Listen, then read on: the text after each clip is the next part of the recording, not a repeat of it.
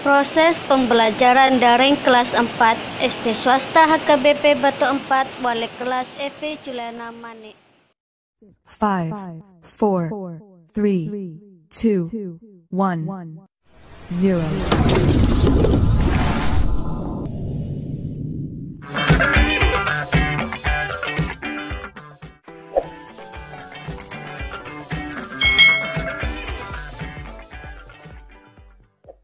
Hari ini kita akan belajar bersama-sama dengan adik-adik yang duduk di kelas 4 sekolah dasar. Kita masih belajar di tema 1, subtema 1 pembelajaran yang kelima. Kita langsung saja ya ke materinya. Apakah kamu masih ingat tentang cerita pawai budaya? Suku apa saja yang kamu ingat dalam pawai tersebut?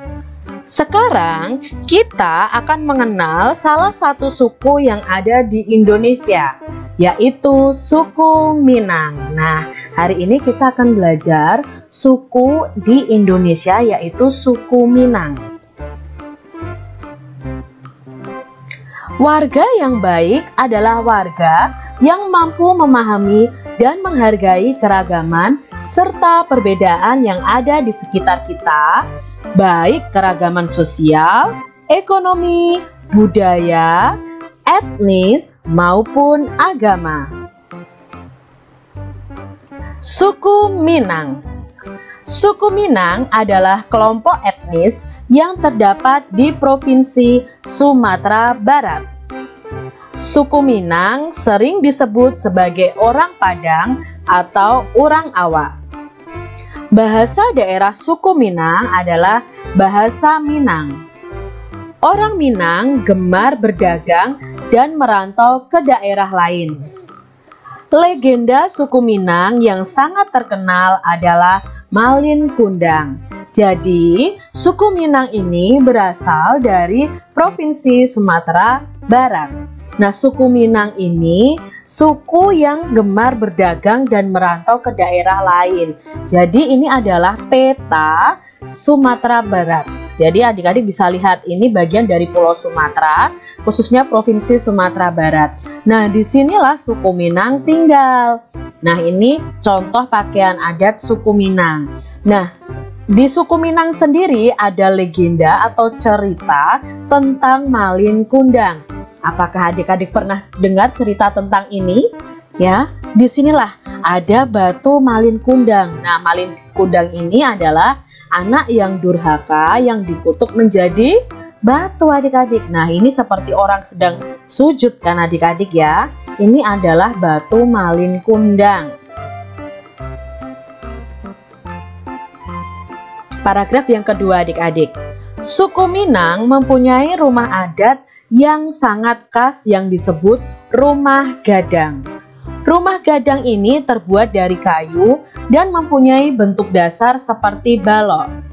Lengkung atap rumahnya sangat tajam seperti tanduk kerbau, sedangkan lengkung badan rumah landai seperti badan kapal. Atap rumah terbuat dari ijuk. Bentuk atap rumah yang melengkung dan runcing ke atas itu disebut gonjong. Karena atapnya berbentuk gonjong, maka disebut rumah bagonjong. Nah, ini adalah rumah gadang yang merupakan rumah adat orang Minang.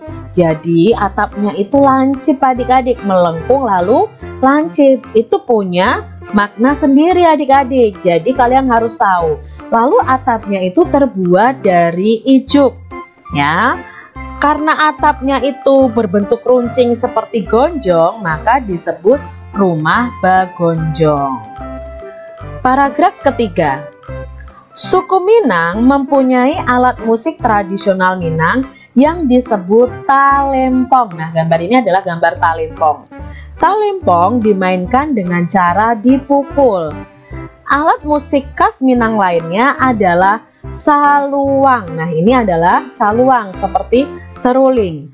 Saluang ini dimainkan dengan cara ditiup. Ini adalah alat musik tradisional Minang. Paragraf yang keempat. Suku Minang juga memiliki banyak jenis tarian Di antaranya tari pasambahan dan tari piring. Nah, ini tari pasambahan dan tari piring. Tari pasambahan biasanya ditampilkan dalam pesta adat. Paragraf kelima. Suku Minang sangat terkenal dengan berbagai makanan khasnya. Rendang merupakan salah satu makanan tradisional suku Minang yang sangat terkenal bahkan sampai ke mancanegara. Nah, ini adalah gambar rendang adik-adik. Nah, rendang ini sudah diakui salah satu makanan terenak di dunia. Makanan khas suku Minang lainnya yang juga digemari adalah sate Padang dan dendeng balado. Nah, itu tadi bacaan mengenai suku Minang.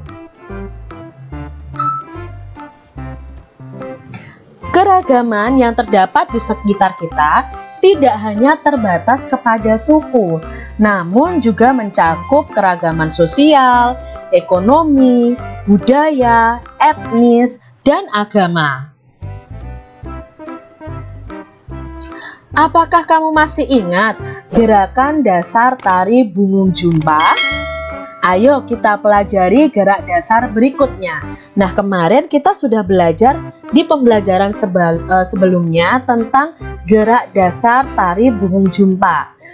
Gerak dasar tari Bungung Jumpa itu ada dua, ketika kita berdiri dan ketika kita duduk. Nah, kita ingat lagi gerak-gerakannya ya adik-adik ya. Ketika gerakan berdiri, nah, ini adalah gerakan yang pertama. Nah, adik-adik bisa praktekkan ya. Lalu ini gerakan yang kedua. Ini gerakan yang ketiga. Dan ini gerakan yang keempat dan kelima. Ini adalah gerakan dasar ketika berdiri. Sekarang kamu akan mempelajari gerakan dasar berikutnya, yaitu gerakan pada saat posisi duduk. Nah, sebelum kalian melihat video ini, coba lihat video sebelumnya tentang penjelasan gerakan pada saat posisi berdiri. Yuk kita lihat gerakan pada saat posisi duduknya. Gerakan yang pertama adalah tangan kanan di bahu dan tangan kiri di paha. Ditepuk 2 kali secara bersamaan, lakukan secara bergantian kanan dan kiri. Nah, tangannya itu satu di sebelah kanan ya, di bahu, yang tangan kiri itu di paha. Nanti dibalik lagi adik-adik. Nah, kepala kita juga menoleh sesuai dengan arah tangan yang ada di bahu.